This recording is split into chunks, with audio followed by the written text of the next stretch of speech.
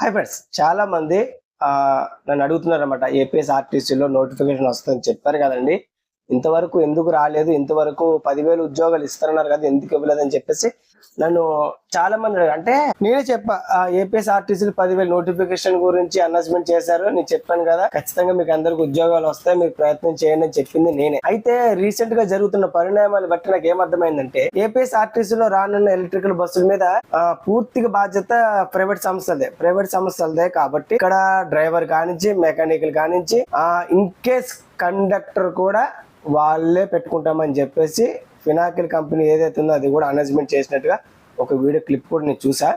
అయితే ఇక్కడ ఏపీఎస్ఆర్టీసీ సంస్థ జేఎన్స్ అంటే యూనియన్ వాళ్ళు ఏమంటున్నారంటే, వాళ్ళు 23 డిమాండ్లకు అయితే వాళ్ళు పెట్టారనమాట. దాంట్లో మెయిన్ డిమాండ్లు 3 అయితే నాకు కొంచెం అనిపించింది.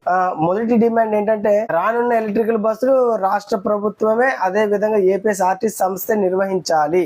వాళ్ళ మొదటి తర్వాత మూసిపోయబడ్డ డిపోలు ఏవైతే ఉన్నాయో అవన్నీ కూడా పునఃప్రారంభించాలని చెప్పారు.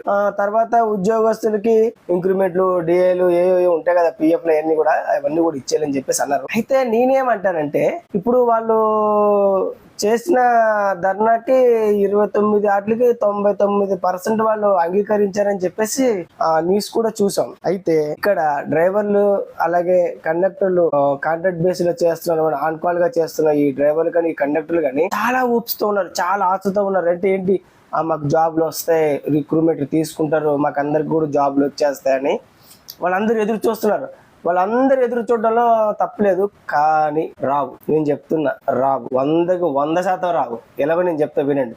రీసెంట్ గా చంద్రబాబు నాయుడు గారు 60 సంవత్సరాలు ఉన్న రిటైర్మెంట్ ని 62 సంవత్సరాలు చేశారు. అంటే దాదాపుగా 2 సంవత్సరాలు పెంచి 2 సంవత్సరాలు ఎంత వాల్యూ తెలుసా మీకు? దాదాపుగా 20,000 నుంచి 22,000 మంది ఉద్యోగులు రిటైర్మెంట్ ఉన్నారు. అంటే డ్రైవర్లు, కండక్టర్లు, డిపోలో చేసేవాళ్ళు, అదే మెకానికల్ గా చేసేవాళ్ళు, బస్ స్టాండ్ లో చేసేవాళ్ళు, వీళ్ళందరూ కూడా రిటైర్మెంట్ ఉంది. కానీ ఇంత భారీ రిటైర్మెంట్ ఉండగా చంద్రబాబు నాయుడు గారు 2 ఇయర్స్ సర్వీస్ పెంచడంతో ఏమైందంటే 2030 వరకు కొత్త నోటిఫికేషన్ లేదు. వీళ్ళు అలాగే కొనసాగుతారు. వాళ్ళు రిటైర్మెంట్ అవుతూనే కొత్తగా నోటిఫికేషన్ వస్తుంది, ఉద్యోగాలు వస్తాయి. లేవు, రిటైర్మెంట్ ఇవ్వలేదు.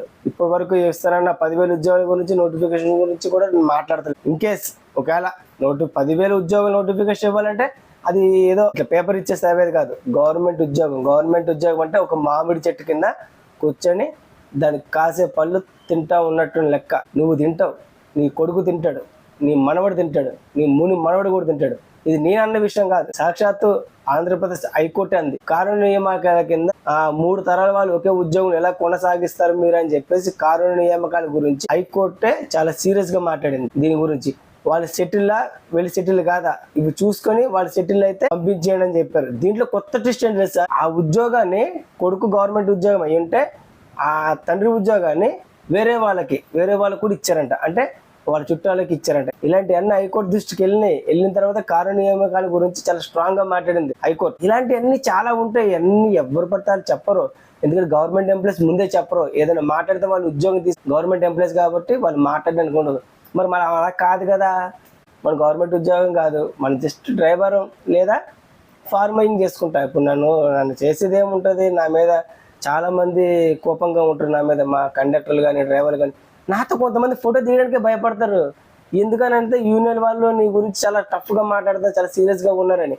ఇప్పుడు వాస్తవాన్ని మనం చెప్పినప్పుడు అర్థం చేసుకోవాలి. వాస్తవమా నేను చెప్పేది అబద్ధం కాదని అందరికీ తెలుసు. నేను చెప్పేది ప్రతిదీ వాస్తవమని అలాగే డ్రైవర్కి తెలుసు, కండక్టర్లు తెలుసు. ఎవరు మాట్లాడరు, ఎవరైనా మాట్లాడితే ఉద్యోగం పోతుంది. ఎందుకంటే గవర్నమెంట్ ఉద్యోగం అంత వాల్యూ.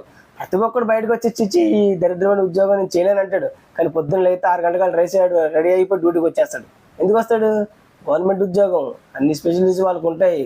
పిల్లలు ఎడ్యుకేషన్కి గవర్నమెంట్ హెల్ప్ చేస్తుంది, హెల్త్ బాగోకపోతే హెల్ప్ చేస్తుంది. నీ కుటుంబంలో ఎంతమంది ఉంటే అంతమందికి కూడా, నీకు మీ కుటుంబంలో ఎటువంటి అనారోగ్యం ఉన్నా వాళ్ళందరికీ కూడా గవర్నమెంట్ అన్నిటికీ హెల్ప్ చేస్తుంది వాళ్ళకి. అందుకని గవర్నమెంట్ ఉద్యోగం అని చాలా వాల్యుబుల్. అందుకనే ప్రజలందరూ కూడా చదువుకున్న యువత అంతా కూడా గవర్నమెంట్ ఉద్యోగం కోసం బాగా కష్టపడతారు. ఓకే, ఇప్పుడు మనం మాట్లాడేది ఏంటి, ఉద్యోగాల గురించి. ఉద్యోగాలు అయితే రావు సోదరులారా, మీరు అందరు ఎదురు చూస్తున్నట్టుగా మీ ఆశలు అయితే అడియాసలే. మీరు అక్కడ చేసిన చేపు చెయ్యాలి, వేరే ఆప్షన్ లేదు. 2030 వరకు కూడా అసలు ఉద్యోగాలు అనేది కష్టం. తర్వాత 2030లో కూడా తర్వాత కూడా మీరేం ఉండదు. ఇంకా అన్ని కూడా ఎలక్ట్రికల్ బస్సులు వస్తాయి, అన్ని కూడా ప్రైవేట్ బస్సులే. గవర్నమెంట్ బస్సు గట్టుకుంటూ సుమారు 1000 ఉండొచ్చు, అంతకంటే ఎక్కువ ఏమి ఉండవు. ఏదో పేరుకు గవర్నమెంట్, పేరుకు బోర్డు అయితే గవర్నమెంట్, నడిచే అన్ని ప్రైవేట్ బస్సులు. గవర్నమెంట్ కి ₹1 ఖర్చు లేకుండా ఆదాయం తీసుకురావడానికి చంద్రబాబు నాయుడు గారు అయితే చేస్తున్న ఈ ప్లానింగ్ అయితే కొంచెం మంచి, కొంచెం చెడు, కొంచెం బాధ, కొంచెం నిస్సహాయత అన్ని ఉంటాయి. అన్నిటికి తట్టుకుంటూనే మనం ఏమైనా చేయగలం. చూద్దాం. దేవుడి దయ వల్ల చంద్రబాబు నాయుడు గారు మీకు అందరికీ కూడా మీరు ఆశపడుతున్నట్టుగా అందరికీ నోటిఫికేషన్ ఇచ్చి మిమ్మల్ని అందరినీ ఉద్యోగంలో తీసుకోవాలని తోటి డ్రైవర్ గా మనస్ఫూర్తిగా కోరుకుంటున్నా. ఓకే ఫ్రెండ్స్, నా వీడియో నచ్చితే లైక్ చేయండి, షేర్ చేయండి, ఫాలో అవ్వండి, సబ్స్క్రైబ్ అవ్వండి. బాయ్.